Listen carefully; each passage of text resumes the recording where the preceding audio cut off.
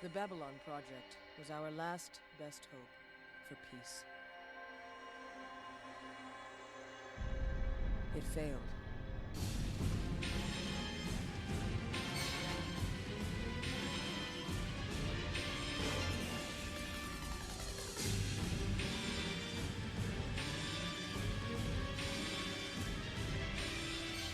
But in the year of the Shadow War, it became something greater.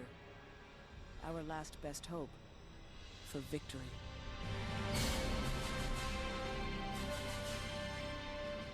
The year is 2260. The place, Babylon 5.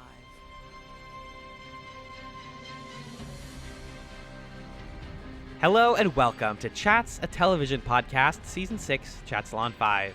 My name is Alan, and all my life I've had doubts about who I am, where I belong. Now, I'm like the arrow that springs from the bow. No hesitation, no doubts. The path is clear. Well, when I joined Chats, the sign said, greatest TV podcast of all. If they only knew. Welcome, John. My co-host, my co-pilot. That was fun. There's so much. Did you combine multiple lines to make that? Yes, I did. Good catch. Okay. All right. Yeah. That's fun. Hello, folks. Majan, how are you? I'm good, man. Sorry, everybody, for our kind of wonkiness lately. I was in South Korea for a little over a week, and there's some travel on either side, so kind of threw off our sketch. So we had a gap there. We filled it with a free sneak peek at our Patreon content, Chats Nights. So hope you enjoyed that. And we'll give you another one of those coming up this week to, just to show you how much we care about you and want to make good on giving you something to listen to every week. So we appreciate that. But I'm good. I'm finally getting over jet lag. There were a few days in a row where I was just conking out at like 8 p.m. Hell yeah. Which is honestly what I should be doing anyway, since I have to get up at 5:30 or 6 to get to work. So I had some mornings of like, oh, this is what this can feel like if I actually get enough sleep. But yeah, how are you doing? I'm well. I'm also on a new schedule now that I'm at this new job. I got used to waking up early really fast, dude. I don't know. I think because I didn't take a week off between my previous job and my new one. I just had a weekend or literally a day because of how I worked on a Saturday. So I had the Sunday off, and then immediately it was like, come to work at 8. And I'm like, okay, so I have to get up at 6.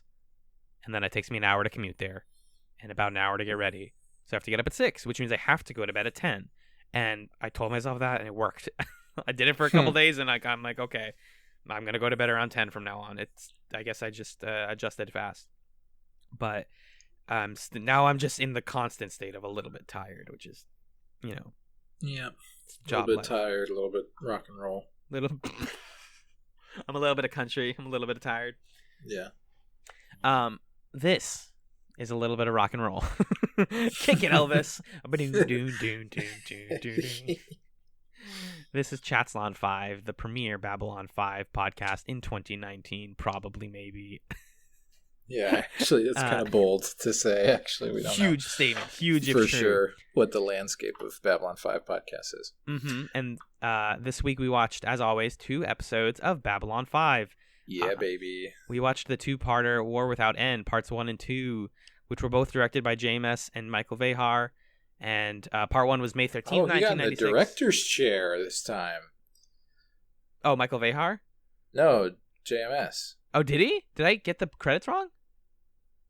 Did you? You just said that he directed both. Written? No, Michael sorry. Vehar. He wrote both. Michael Vehar directed both. Okay, all right. Sorry, I wonder, does JMS ever direct an episode?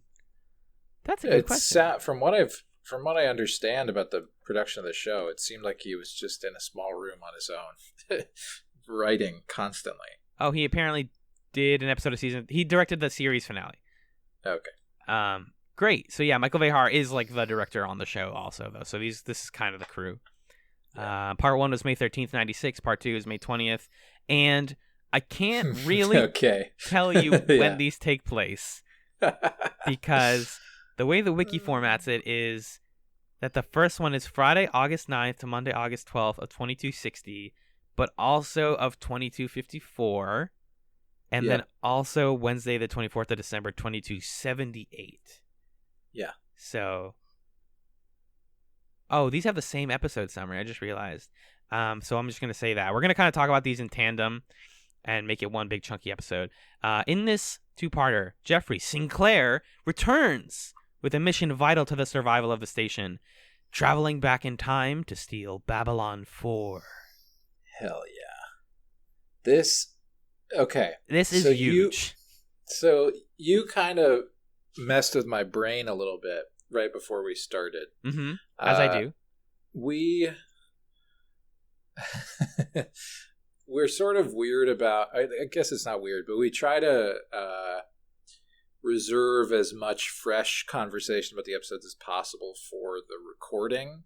We'll talk about like what the topics are that we should maybe hit sometimes.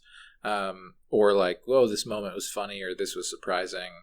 Initial reactions just to like preserve those, but overall thoughts will save.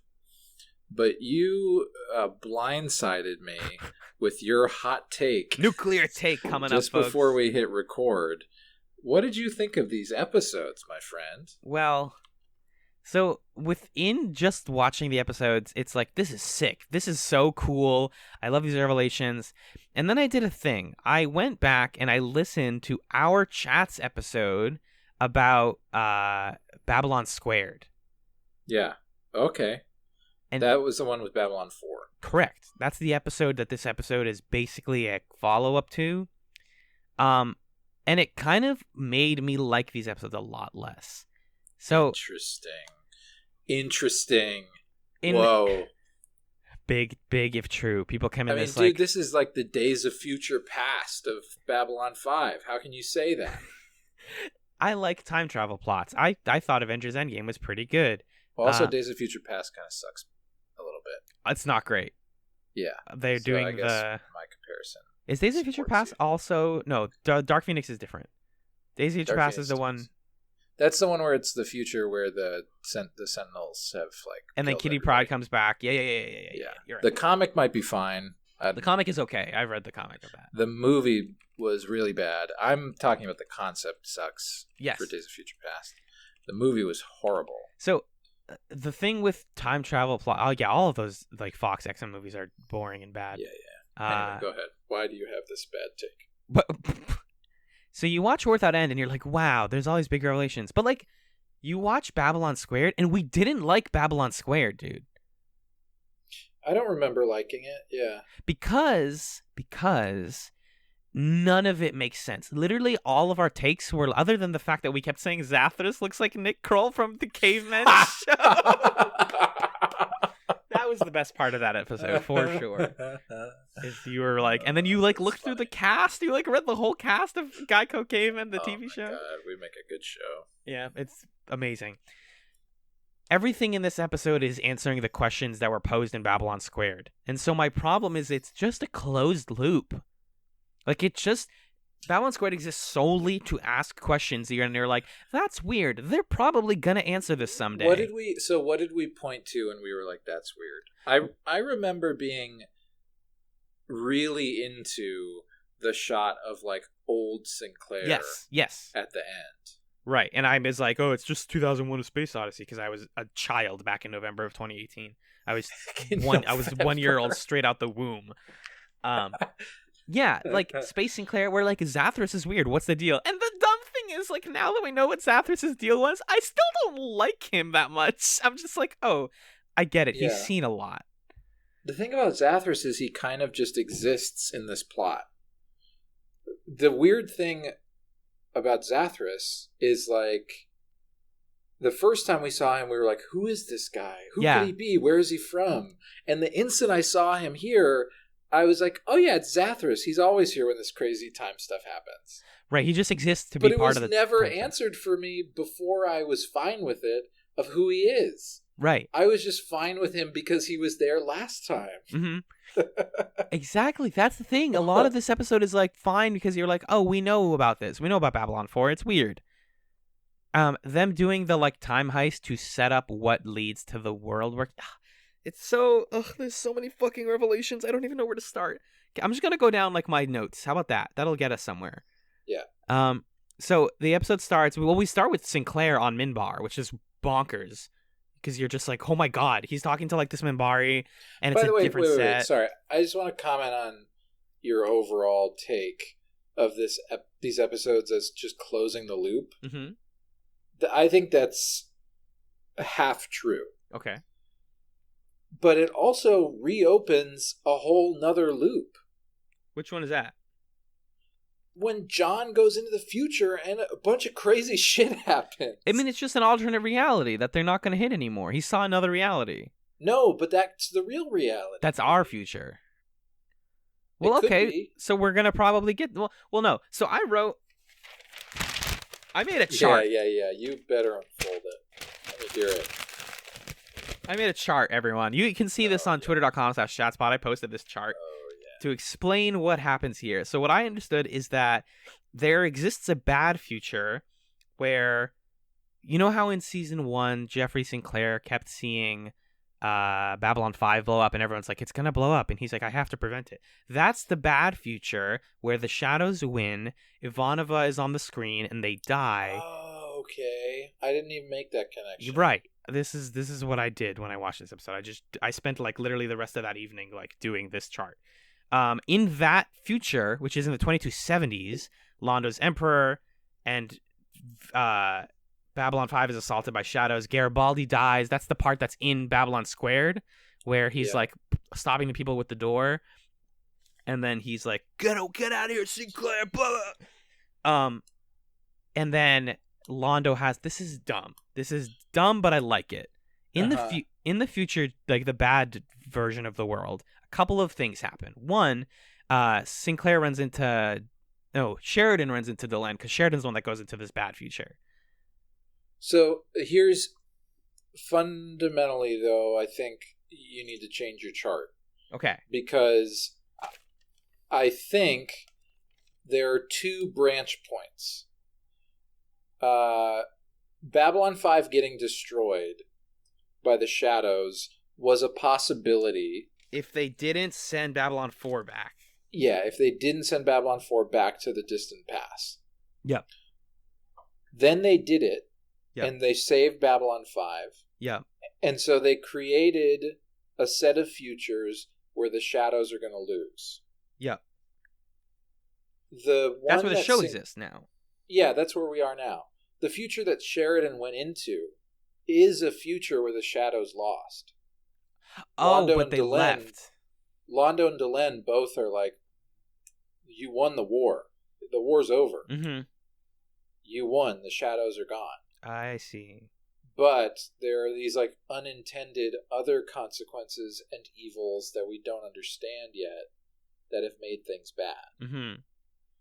And so maybe we'll get to see a future that's better than that. But that future's still possible. We didn't erase that future with the actions of this episode. That could still be the real future. That is still what this future could be.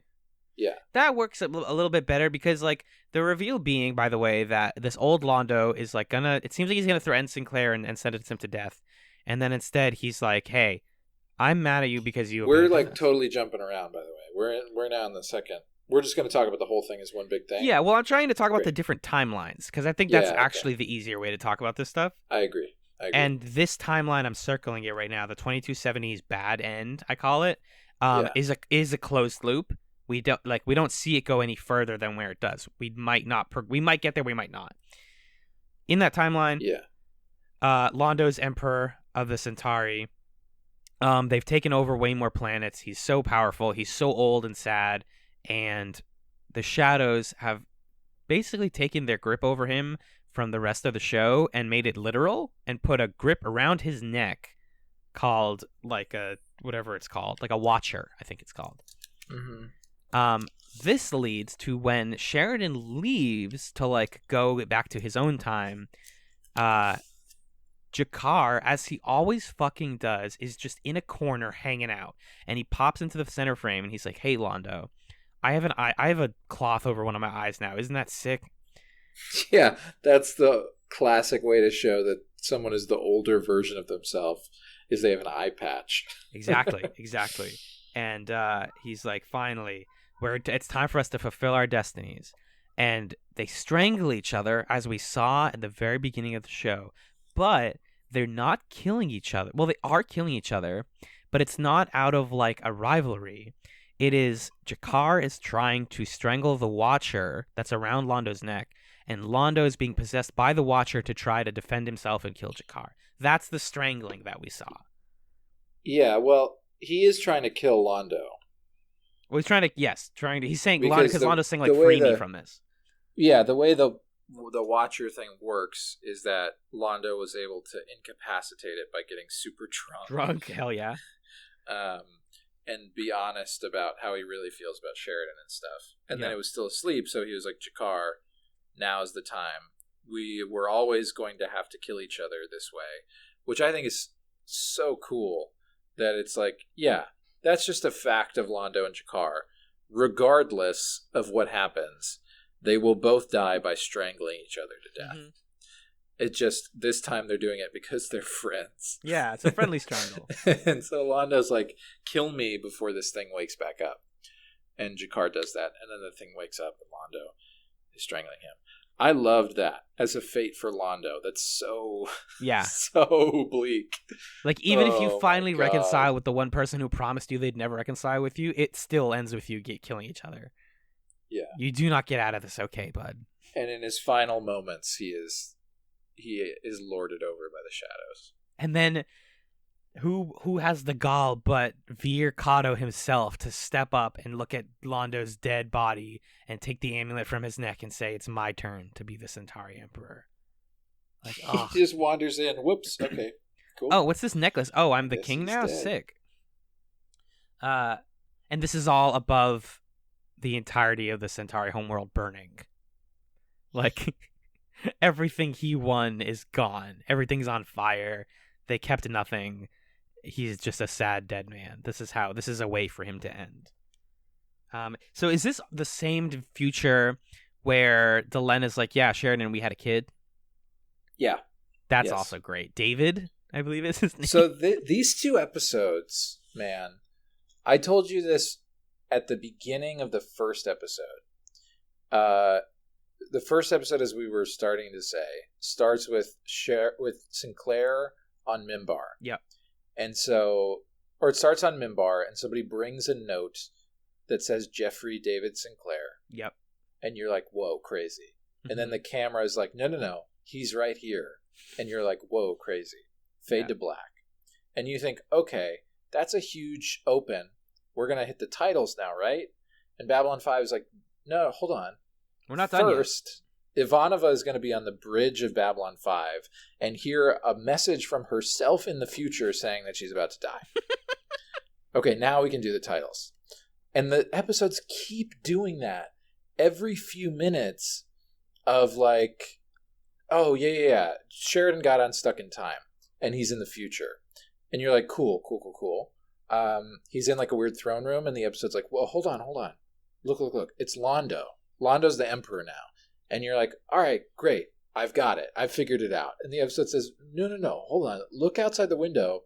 Centauri Prime is on fire. You're like, great. That's wild. Wow. You've said a lot. Let me just digest this. Please. And the episode says, well, no, because actually down the hall is Delenn in a jail cell. You say, okay, Delenn's in jail. Got it. You hate to see it. Whoa. Wait, because we won the war with the shadows, by the way. Cool. And our son is safe. David! At this point, you just have your head in your hand saying, stop. Just slow down. You're giving me like a season's worth of twists and turns and information. And I can't take it. And they're like, no, there's also a whole heist that needs to happen. And then we're going to explain how literally all of this started with us doing the thing we're doing in the present And then we're also going to answer how the Minbari culture ended up the way it is because of this same heist. Yeah. But this is also what I mean when I say it's a closed loop is like, and this is like time travel stories are, they have to be closed loops or else you're making paradoxes. Mm-hmm. The show is just making itself happen, which is cool. Like, I think the Valen reveal is very dumb. We'll get to the Valen thing. Whoa, I actually don't. I actually think it's really good. I think the whole, like... okay, I need to find the thing that we agree on. Do you think that the three of the people in the room being the temples of Minbari society is dumb? So, okay. I thought it was sloppily done. A little. Let's see. Where do we even... So Sinclair comes on the ship, and this is now in the present. We're not talking about alternate timelines. We're not talking about the future or the past. Yeah. Sinclair is like, hey, guys, Babylon 4 is going to come back again. We need to make Babylon Squared happen. We need to, like, be the accident that's on the ship that leads to us coming there so that we send it because it was... Yeah. So I want you to describe to me the experience of re-listening to and understanding what Babylon Squared was all about. Right. And, like, what your experience was watching this episode. Did you listen to that before you watched this or after you watched this? After. Okay. So, walk me through what that was like. So, when you just listen to us discussing Babylon Squared, it's like, here's all these weird things. Why is this ship under attack? What's the deal with Zathras? What's the deal with spacesuit Sinclair? Why is he old? And then, what's the deal with Valen? Those are, like, questions that they've been setting up that we've, like, known since Babylon Squared. And Babylon Squared was season 1. That's like season 1, episode 6 or... No, season, like, 20, I think. It's, like, late season 1. So in that episode, you hear Delen's voice, right? Yeah, you see her hand. But you don't see her because she has the hair. Right. In that podcast, I also say, Magellan, a woman says a thing, and you're like, it's Delen. And I'm like, who is it? And you're like, dude, it's Delen. Yeah. So... Yeah, but you only see her hand, so you're like, it could maybe be anyone. Season 1, episode 20, by the way. Yeah. And you're like, what's the connection between Sinclair and old Sinclair? How did that happen? Etc. Etc. Sinclair in this episode is like, we need to steal Babylon 4 because, and here's the beginning of the timeline. In the 1300s, 900 years before the show starts, the first Shadow War happened, and as we understood it, the Vorlons and the allied races fought the Shadows, and they were losing for a while, and they weren't, like, organized cultures yet, so it was just kind of like early game Civ, like, wow, this big army wiped me out. But then, this guy named Valen, this Minbari holy figure named Valen, came by in an amazing technologically advanced ship, and he destroyed the Shadows with this ship, and that's the reason that they won the first Shadow War. Yeah. And he became a pillar of Minbari society, and him and the three people known as the One became the temples of the religious, the worker, and the military castes. He says we need to make that happen, because if that doesn't happen, we get the future where we lose. The Shadows win from minute 1 if we don't do that. Yeah. So what we realize is that they orchestrated everything that happened on Babylon 4. I'm trying to remember how this works out exactly. So, B4 is out of... I'm literally looking at my notes right now. Delenn takes over the Great Council. Babylon 4. In that episode, they're just like, it's meant to fight a great war. We think it's... And that at the time, you're like, it's a war in the future. It's the future Shadow War. It's actually the first Shadow War. That's a cool reveal. Yeah, that's cool. That's interesting.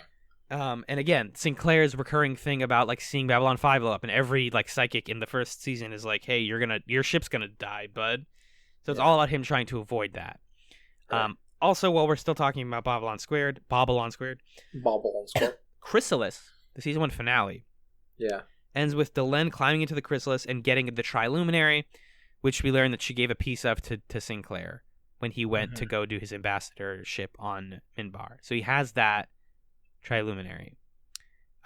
They successfully, in the present, steal Babylon 4 by making it seem like there is, like, an attack on there so that 2258's version of Garibaldi and Sinclair will come onto the ship. They come onto the ship. This is where I get lost. Yeah, it seems like it's hard to sort out what is their plan and what's happening by accident. Yeah. Because it kind of seems like they show up in the time period where Sinclair and Garibaldi are there by accident. Like they meant to steal it a few years earlier or something, but then they jump around in the time stream by accident. Mm-hmm. And then they're on the ship, and yeah, I think Babylon 4 must think that they're being attacked because there's this odd ship nearby. Sinclair and Garibaldi are kind of just there by happenstance, and they get ushered away. Or I guess they save. Do they save the crew though? They save the crew, right? Well, I think the crew being in danger 4. is fake, though. I think that's what the crew of, well, that's what present day Sinclair and company tell the crew is like, hey, there's an attack, and they like make everybody freak out, and it's not real. Okay. Because they sabotage the fusion reactor or whatever to make them think that it's gonna blow up, but they did that so that when 2258 Sinclair and Garibaldi come on, everyone's like, oh god, we're gonna die. You need to come save us. They steal it. This also involves the White Star, because the reason Sinclair's coming at the time is that if he doesn't, then in 8 days from the present, the Shadows are going to blow up Babylon 4 and then break the time loop. Yeah. Because right now the way the time loop works is Babylon 4 keeps going back and keeps on fixing everything. So it has to stay, like, whenever it enters the present, it has to stay alive. Yeah. So they go on the White Star. They successfully steal Babylon 4. But it has to be taken back. Somebody has to go back with it. Right.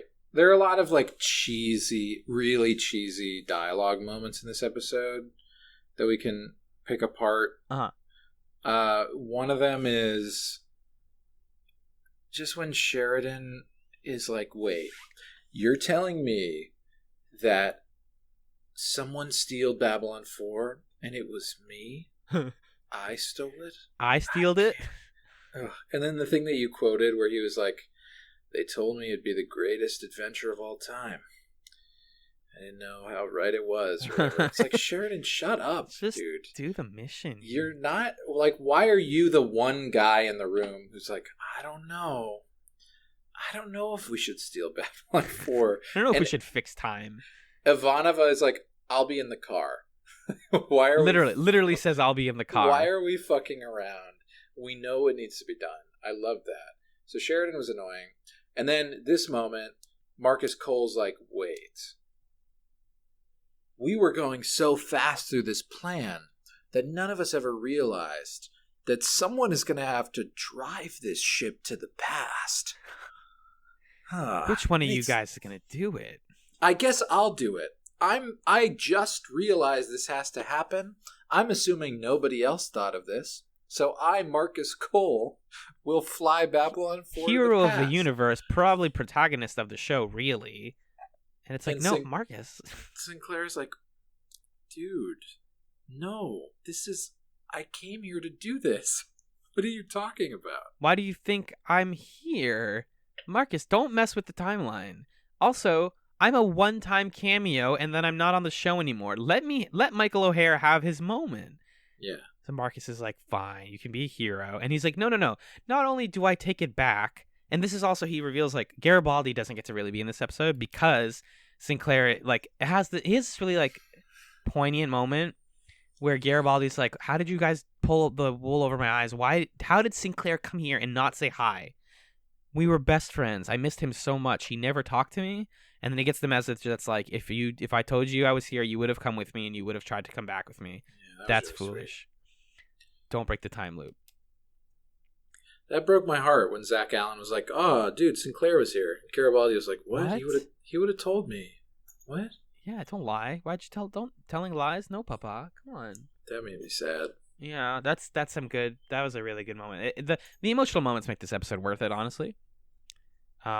It's the timey-wimey stuff that's just like, this is ridiculous. And then nah, bro. I'm disagreeing with you. But then, so remember that Triluminary we talked about earlier? Yeah. Sinclair is like, oh, it can't just be a dude piloting it. That doesn't make any sense because they haven't met humans yet. Humans don't exist yet. I can just look like one of them. I'll call myself Valen, and then I will like guide them to where I know they need to be. I will guide them into their present selves. Yeah, isn't that so interesting? Sheridan is Valen. Sinclair is Valen. Sorry, Sinclair is Valen. Why don't you like that?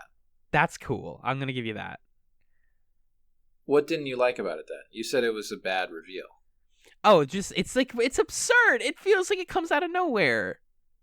I understand why he has to do it, but it's like, why you don't think that they were gonna do this on their the reason it makes sense is because it's nowhere. Go ahead, sorry. The reason it makes sense is because none of the plot happens unless they do this stuff. But but it only didn't happen because it's hard to explain. Like, if he left Minbari's society alone, they wouldn't meet Valen because he wouldn't go back, because they wouldn't have met Valen because he wouldn't go back. It loops in on itself. Yeah. Yes, it does. But in a satisfying way. Yeah. I think it loops in on itself in a way that, it's not like, I'm trying to think of an example of a cheesy time travel story, but it's not like Back to the Future, where you know where they have to get back to. The future. Where you've like seen the right way for things to go, and then he has to go back to the beginning and fix it up or whatever. That's not even how Back to the Future works. But what's cool about this is that you didn't even realize how big the time loop was. Like, we didn't even know that this loop was getting closed. Because we've heard Valen in Valen's name. Valen's like old school, like a Jesus Christ type guy. Yes. So we never would have predicted that we needed an answer to who Valen was. Right. Why would you even consider that? And then he puts on he uses the Triluminary and transforms, and you're like, wait, oh, and like the reveal is very rewarding. I think what's good about this Valen reveal though is so a lot of the show has kind of been like disassembling the idea of like belief in organized religion. I was just gonna say, yeah. Right? And like the Vorlons and the Shadows being like, well, we dictated everything that's gonna happen, and we're just like some like petty idiot aliens that have lived longer than you have. But we've decided every society's history and made them think that we are what God looks like. That's what religion is. Fuck you guys. And it like feels kind of cynical. And this is like, no. What Sinclair is realizing here is like where they got is good. I just need to be the catalyst that gets them there and point them in the right direction. I will be the person that defines Minbari society. Because I know it's already good and I just want to get it back to where I know it'll be good. The thing that unlocks this moment is Sinclair, as he's going back in time, his life kind of flashes before his eyes. Uh-huh. And there's a moment where, I don't even remember what character this was or what episode this was, but some guy with a jewel in his head. Oh, it's Soul Hunter. Like, Soul Hunter. Fuck yeah. Whoever knew that this would be like a quote that mattered. He's strangling Sinclair and he's like, can't you see they're using you? They're using you. And it reminded me of the concerns around when Sinclair was picked up by the Minbari during the Earth-Minbari War. And there was some speculation by Earth people of like the Minbari maybe have turned him into a sleeper agent. Right. So like, I think Sinclair is questioning his agency here. Yeah. And he's kind of decided that he doesn't have agency. That he is a tool of the Minbari, or he is a tool of the Vorlons in service of fighting this war. He says, he has a line in one of the episodes where he says like, we're all expendable. Right. None of us matter. Like, the thing that matters is the mission, the cause. And, it's fascinating. Like, is this a heroic end to the story of Sinclair? Or is this kind of a bleak moment of the Vorlons using him to use the Minbari? Because he's faking and he's manipulating them. And he's leading them to believe that he is a godlike figure when he's just a guy who stole a ship.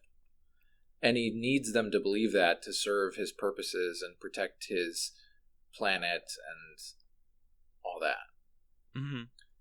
So it feels kind of cynical, but also kind of heroic and self-sacrificing. I don't know.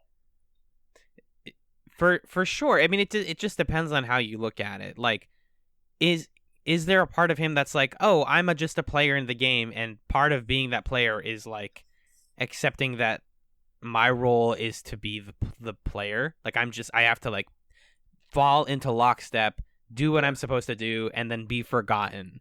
Like, he's not famous for being Jeffrey Sinclair, except for the people of Babylon 5. He is famous for being Valen. He spent most of his life being Valen, technically. And so he's like, well, I guess that's just where I am in Minbari society. And it explains a lot about his performance in this episode. I think the other thing worth mentioning is, like, say whatever you will about, like, the time travel fuckiness of this episode and how, like, it can be kind of confusing and there's a lot of weird parts and, like, Babylon Squared in Isolation was not a great episode. This is a farewell for Michael O'Hare. This episode. This is like a farewell to his performance, to his character, to his role on the show, and to his relationship with television. Because this is one of the last roles he did before he passed away in 2012. He kind of like faded from the public eye for a while. It was also at this point that he started taking medication for his mental health issues and specifically his paranoid delusions. And it's unfortunately very difficult to say if the sort of like distance from his performance is like Sinclair accepting his place in life and or Michael O'Hare accepting his place in life and also like losing a lot of his faculties to medication and mental illness.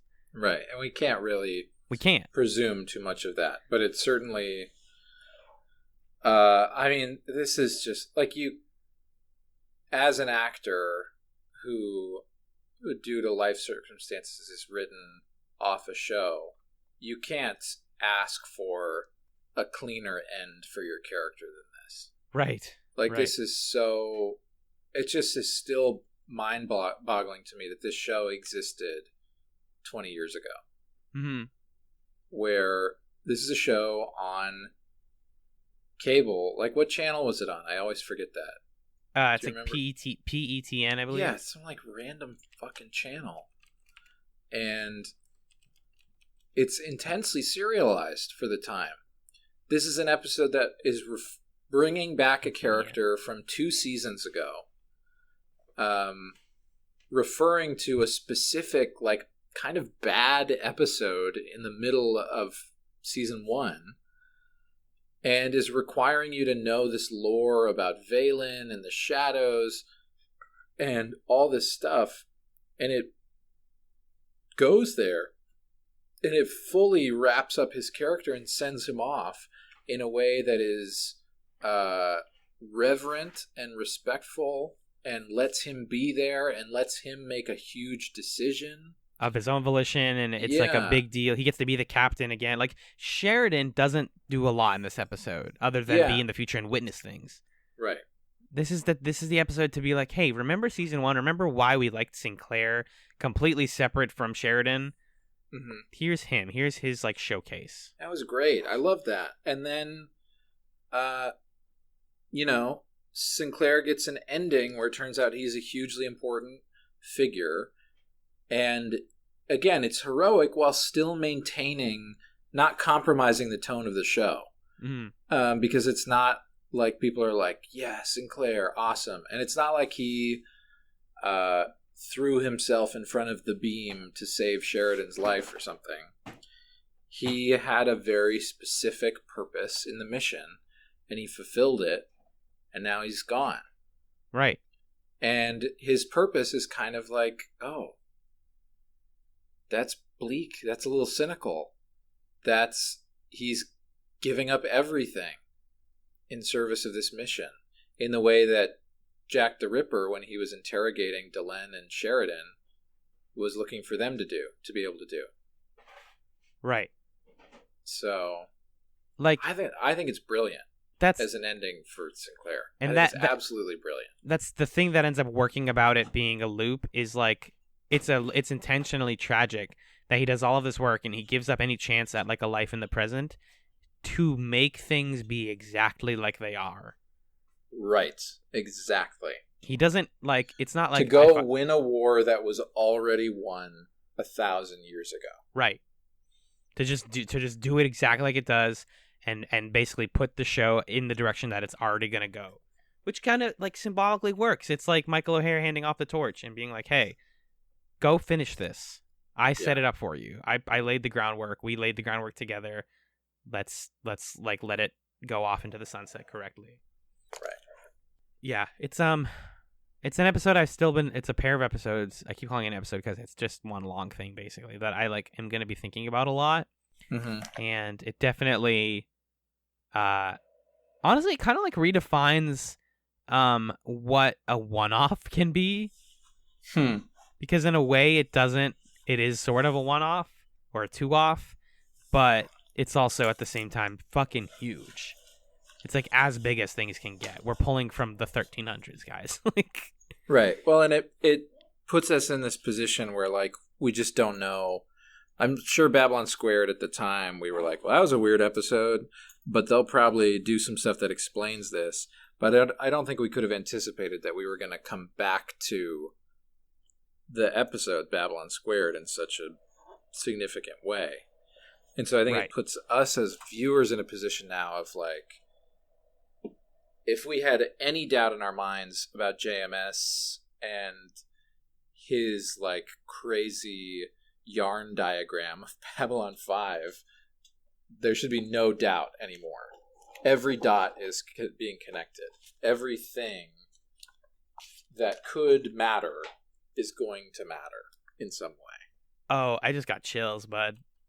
Yeah, it's cool. I mean, to have that much faith in a show, it's, you know, there isn't another show that I can think of that you can put that much faith into. Yeah.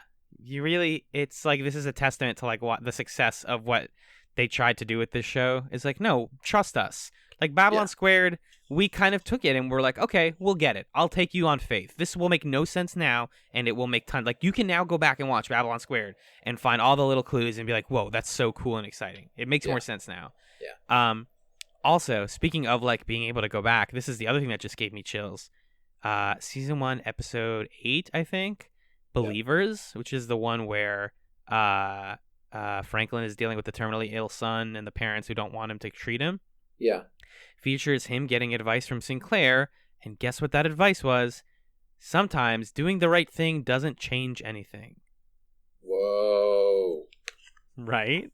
Oh, shucks. Oh. Thank you, Michael O'Hare, for an amazing farewell performance for Babylon 5. Oh my god. It's awesome. I miss you. I hope you're up there just having a good time peacefully. Here's my final response to... Sorry, I don't mean to cut off the send-off toe here. No, sure. We love you. But here's my final response to your assessment of the episodes as you didn't like them. Uh-huh. I think you're full of shit. Correct. No, I agree. Like, the Babylon 4 stuff is kind of cute that we're tying up all the loose ends. Yeah. In a way that you could either like or be like, okay, I didn't need that. The stuff with Sinclair, I think, is beautiful and brilliant. The stuff in the future with Sheridan is I'm torn about. Because I love that we got all these clues and hints and we're like, whoa, how do we get there? But now it's also weird that it's such a certainty that the shadows are going to lose. Like, before we've seen the scariest, most intense stuff of the shadows, we see someone in the future be like, evil always finds a new form. It just has a different name. Yeah. Like, the Shadow War's not the end. And it's like, I knew that because I've seen stories before, but now it kind of compromises my ability to invest in the Shadow War as like the season-long arc. Right. You know? So I'm conflicted about that setup. Because I like that they're like, shit just keeps getting crazy, but I also don't like that they are selling out the climax of season 3 before it's happened. By guaranteeing that it's going to go well, you mean? Yes. Or by just guaranteeing that, like, it's going to happen a certain way. Yeah. Yeah. Well, then you get into the question of, like, what predestination, I mean, and, like... Right, that's a good point. How much of this is planned, anyways? Because, like, if it's really all controlled by the Shadows and the Vorlons, then, like, didn't they already win? And then why are we even fighting? And then you can... Now we're talking about Lost. Now we're talking about all the big shows with the big plot twists and that stuff. Like, yeah.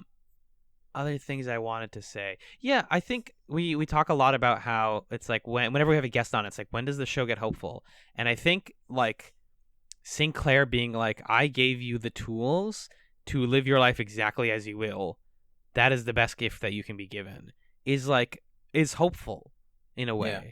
It's better than them being like, we looked into the future and there exists a multiverse where we win, which is the Marvel thing. And it's like, right. Okay, great, guys. Like, so we're going to do it. We're going to be the one universe.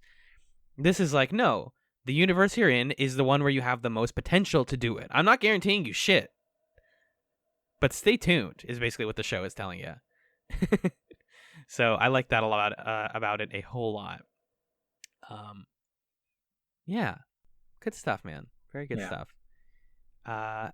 So I don't know. Do you want to do emails first, or do you want to talk about what we're watching next week first? Let's talk about what we're watching next week first. Sweet. That's good. Yeah. Okay. By the way, now's the time to come clean. I spoiled that Sheridan becomes Valen for myself a while ago. A while ago? Nice. Yeah, I wish I didn't know it. But what I liked was at the beginning of these episodes, I was like, oh shit. Sinclair. Sinclair's going to go back in time and become Valen. Fuck. That's probably going to happen in like next season. And I spoiled it for myself. Aww. And then it happened at the end of this episode, and I was like, oh, okay, cool. Yeah. I don't have to have this. I don't have to keep thinking about when this is going to happen. Was that one of your last big ones, or do you still have I'm some free. stuff? I accidentally just spoiled something else for myself by reading an Amazon summary from season 4. So why are you like this? I always got to have something that I'm like stressing about. That I get. That's a huge mood, actually. Yeah. All right. Let's talk about what we're watching next week. Cool. 2 more episodes of season 3. Season 3, episode 18, Walkabout. Sheridan uses a powerful new tool against the Shadows. Then, season 3, episode 19, Grey 17 is missing. Delenn agrees to lead the Rangers, but Marcus must protect her from a deadly threat. So, I don't know anything about Walkabout other than it's the Franklin episode. That's exciting. Fun. People have a lot of thoughts on Grey 17 is missing. This is like one of the most referred to episodes of the whole show. Really? Yeah, I think it's bad. It might be bad. The way it sounds is it's bad. Interesting. But after this like bombastic 2-parter, I'm just like, you know what? I was told nothing's bad in season 3. Well, I think it was more like this is one of the 4 last like nothing's bad. Season 4, nothing is filler. Okay. So this might be the last filler episode of the series. This might be what people are talking about. I'm not going to read about it. Okay. Grey 17 is missing. I've definitely heard that reference multiple times. People are like, oh man, can't wait till they get to Grey 17 is missing. Oh boy.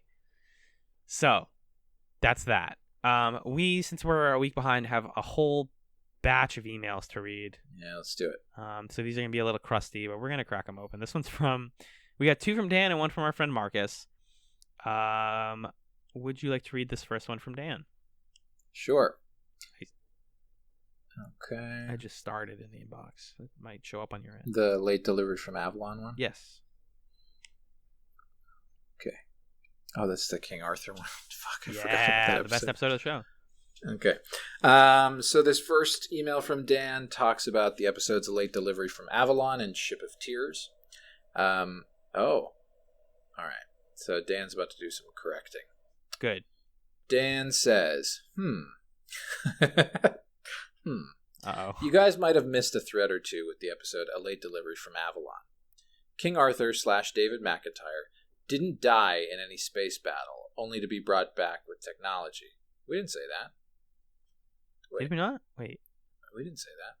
And his traumatic flashbacks weren't of the Earth-Minbari War proper. He was on the Earth ship Prometheus when humans first made contact with the Minbari. Yeah. The Minbari ship had its gun ports open when it approached the human ship, a Minbari sign of respect, and their sensors overwhelmed the Prometheus, and the captain panicked and ordered the gunnery sergeant, David McIntyre, to fire on what was actually a defenseless ship, the precipitating event of the Earth-Minbari War. King Arthur was carrying the guilt of an entire war on his conscience, not just some generalized guilt of, I killed some Minbari and feel bad about it. Yeah, that's how I understood it. Did you understand it differently than I think in the episode I was just like confused about what was his backstory. Okay. Also, whatever. You can continue reading. That's how I understood it. Yeah. If you're to take anything away from that scene where they're comparing Babylon 5 characters to Camelot characters, it should be the question at the end of the scene, then who's Morgana Le Fay? Okay? We'll keep thinking about that. Ship of Tears has its own weirdness too, mostly surrounding Bester. His domestic situation is odd and confusing. To be clear about it, he has a wife back at Psycor, and it's strictly a genetic assignment because they're trying to breed better telepaths. If Carolyn was just a side chick that he fell in love with, it would be simpler. But it's creepier than that. Of course it is, because Bester. But consider this. Carolyn was a blip that was in Psycor custody. The power dynamic between Carolyn and Bester was not a good one. She was a prisoner, and he was basically part of the prison staff. Was no even an option in her world once she caught his eye. Can Bester only love someone he has complete power over? Can that even be called love? It's weird, he's weird, everything's weird. And don't worry about him having any sort of Crace-like redemption arc. Oof. Thank you, Dan. Thank you for putting it in terms I can understand. Thank you for the language that I speak. That Delenn Jakar scene is one of my favorites to occasionally rewatch. The one where Delenn's like, "Can you forgive me?" and Jakar's like, "Fuck you." Yeah, yep. Classic. Yeah. It's well written and well acted and just works. The acting in particular is on the mark. Delenn openly cries, which is powerful in its own right, but Jakar always seems like he's right on the verge of tears and is barely holding it together that whole time. He honestly says that had he learned this while his world was being bombed, he would have killed Delenn instantly, and he asks her to make sure she understands this. Then he has his moment of pathos and understanding, and it's absolutely right on the mark for him to not be able to forgive her in this moment, and can only hope that he can forgive her sometime down the line. Great stuff all around. Interludes and Examinations is big enough to stand on its own for some chats discussion. It's always better to keep the two-parters together anyhow, with War Without End. That's from Dan. Thank you, Dan. Thanks, Dan. And then you have Dan's thoughts on Interludes and Examinations, right? Right. Approximately 1 week later, he sent us an email about that. He says, I think that Morden slipping aboard Babylon 5 was handled adequately enough. I agree. As he bribed his way through customs, Ivanova's voiceover was explaining they had lapses in security because of their break from EarthGov. It seemed time to reflect what was happening on the screen. Yeah, I know. I get it. I thought it was funny at the time, but the narration does totally explain, yeah, he got through because security is bad. That's valid. You can always tell when Londo's having a character moment because his reflection is in the shot. Granted, it's not necessarily as big of a reflection as the one in the glass of the cruiser. Oh, the best shot in the whole show. But there's still no mistaking the trick. As far as Londo agreeing to work with Morden once more, it's hard to say what Lord Londo's actual goals are because he says that he's tired of everyone around him dying except for the people who deserve it. And he's looking quite pointedly at Morden when he says that. Maybe he thinks Rifa had Adir killed and wishes to engineer his destruction, but it didn't seem far-fetched enough to me to think that Londo might be keeping his friends close and his enemies closer. Duh! That's totally what it is. Because I was like, why would he work with Morden again? You silly man. Yeah, I guess you're right. I guess that's fair. It's like you might as well, if somebody's going to work with you, it's at least the person who you'd rather have on your side. Okay, so we think that, I see, then maybe he's letting Morden believe that he's been fooled into trusting the shadows again. That's the most fun read of it, at least. Okay, yeah, I like that read. I'll take that. I'll take it. I'll take that read. The alien ambassadors who were asking Sheridan to prove that he had power were the Brakiri and the Gaim. Gaim? Oh, Game. In an interesting bit of connectivity, the Game are named after Neil Gaiman, and their design is based on a mask from Sandman. Gaiman goes on to write an episode in B5's 5th season with the central plot revolving around a Brakiri death ritual. I have heard about that episode. People don't shut up about that episode. It sounds fantastic. I don't like Neil Gaiman's style that much, so maybe I'll be salty about it. I sure did like him in high school, though. The Sheridan Kosh stuff felt pretty solid to me. The only part that ever got gnawed at me was the line, "Unless your people get off your encounter-suited butts and do something."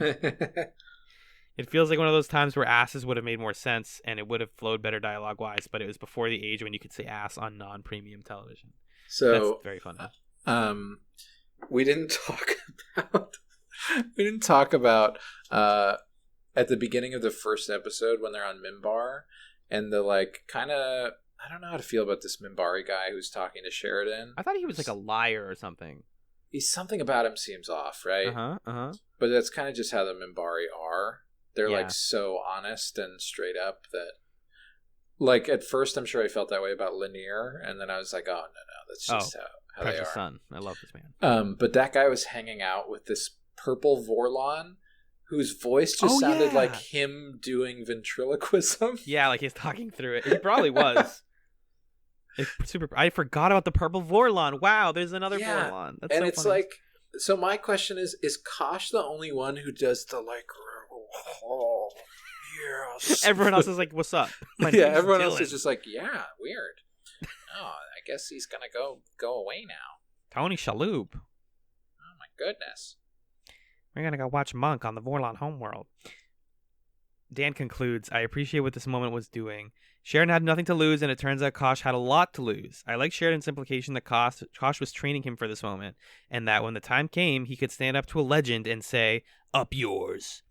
And Sheridan misunderstood what Kosh was saying and assumed he was being a jerk because this young punk questioned him.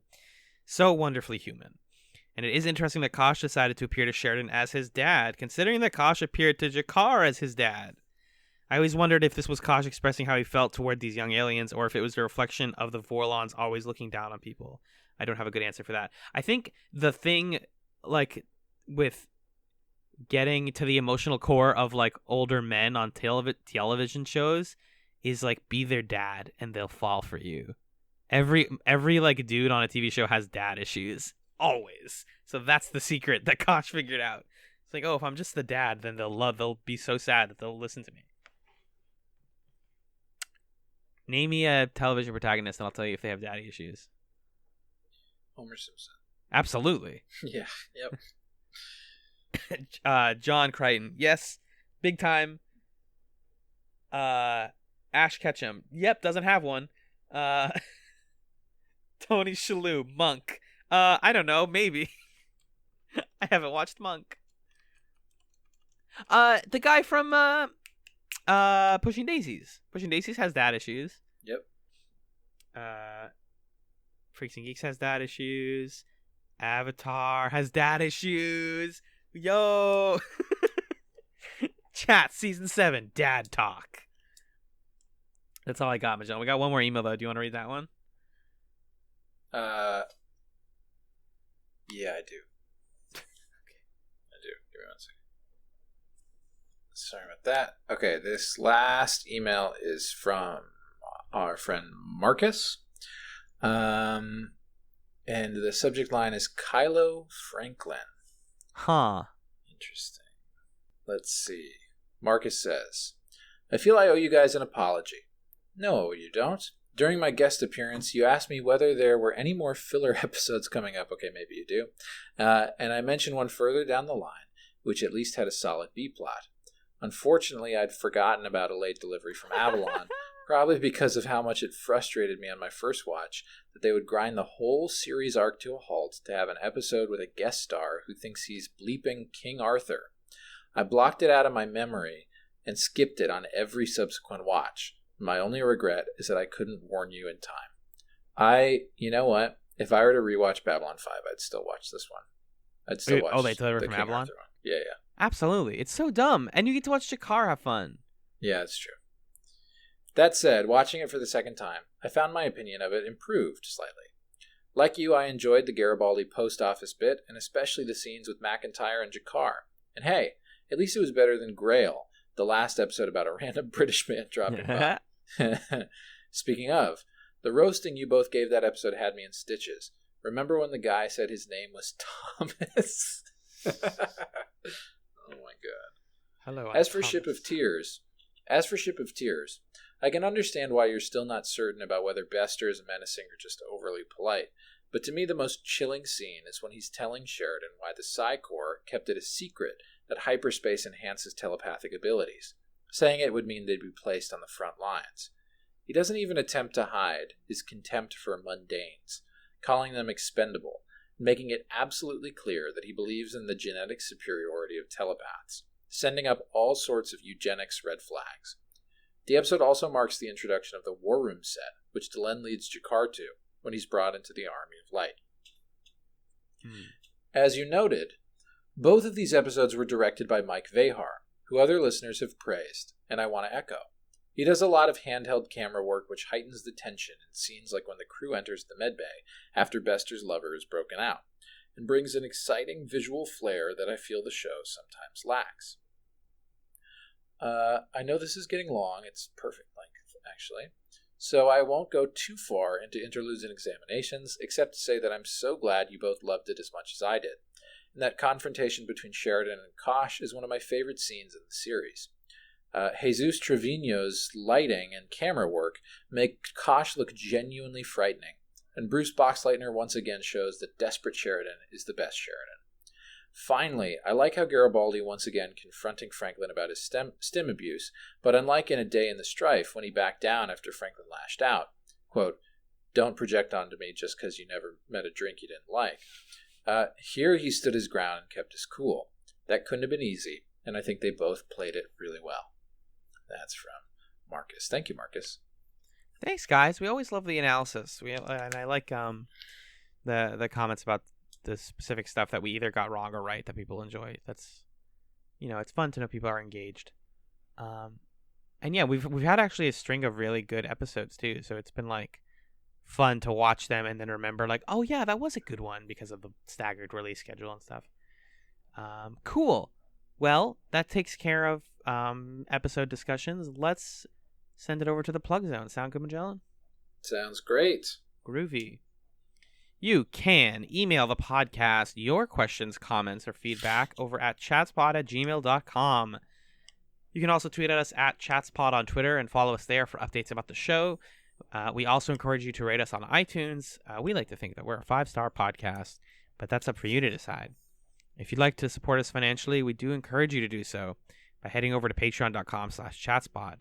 Earlier this week, we put out a free episode of Chats Nights, which is our $5 patron show that we do every other week. We also do monthly commentaries called Commentary Chats, which we should be doing a new one of soon. We're going to watch Shrek, guys. It's going to be sick.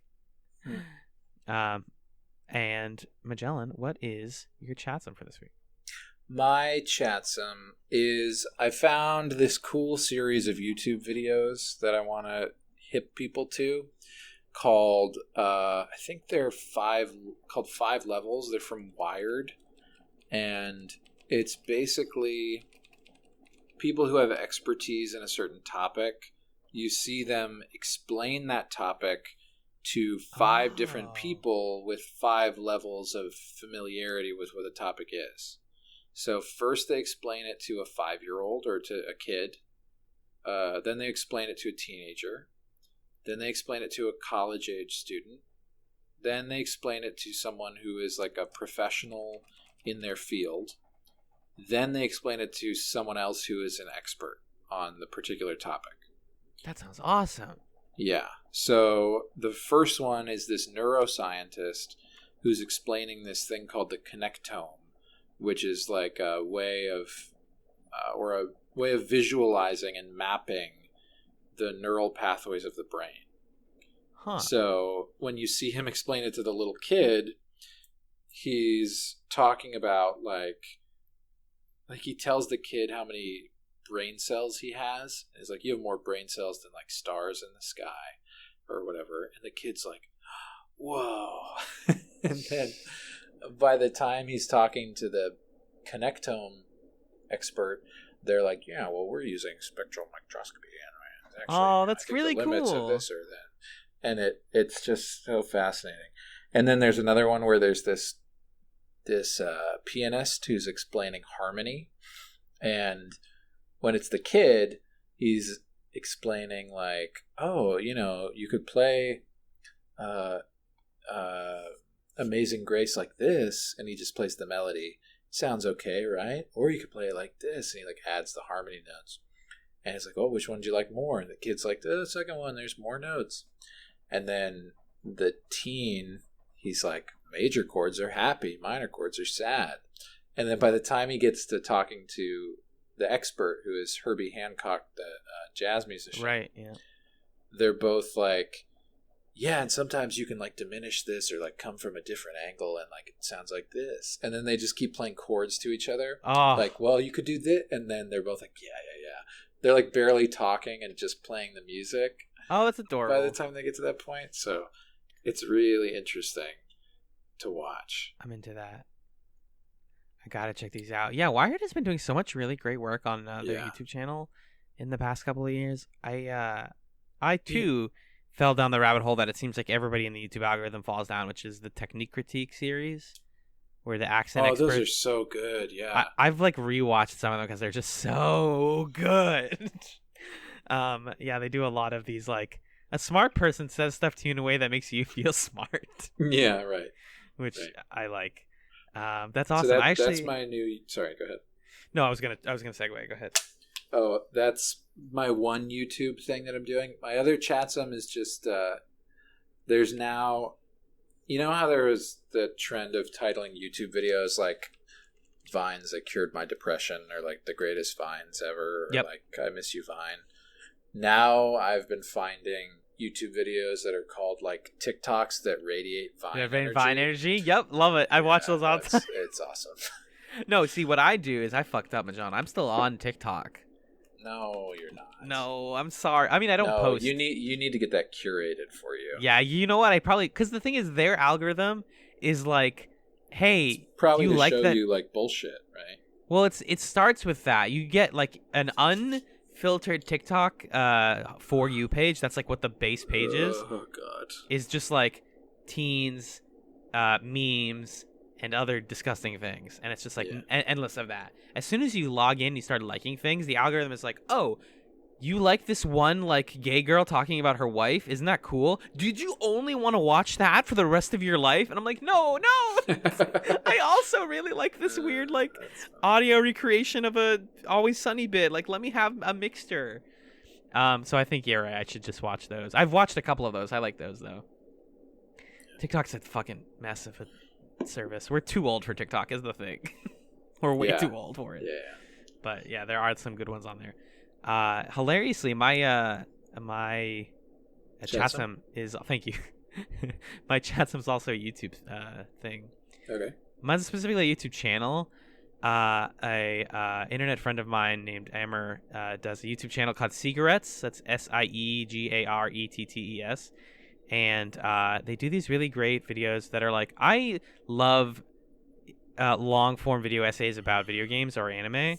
The problem is like you can only take so many of those before you just get used to like 30 minutes of a white man telling you like why One Piece is good. And like I'll watch that and I'll be like, wow, I love this. But they all have a format. And Amber is Egyptian and Filipino, and they're like they don't like have a format for like how to structure one of those. It's more like I'm just playing this and talking about why it's good for 30 minutes by myself, just quietly with like beautiful mic quality. Like I'm just gonna play this like old game that nobody talks about. They did a whole playthrough of Kirby's Adventure on the NES, and they're just like, here's why this game is brilliant. Like I'm just gonna enjoy it for exactly 30 minutes, and you're gonna be like, wow. Or like, let's talk about Sonic Adventure DX and how the language of gaming limits our understanding of art. It's like, but you're playing Sonic Adventure. Or let's talk about the unique merits of Sonic R's approach to 3D Sonic. Like, nobody's doing that stuff. So definitely check out Amber's YouTube channel, Cigarettes. They're posting stuff pretty regularly. It's very good stuff. Some of the stuff is shorter form, some of it's longer, and it's like very accessible. You'll definitely come out of it discovering some games you didn't know existed. Cool. That's what we got, folks. That's all she wrote. And that is going to do it for this episode of Chatzylon 5. Peace.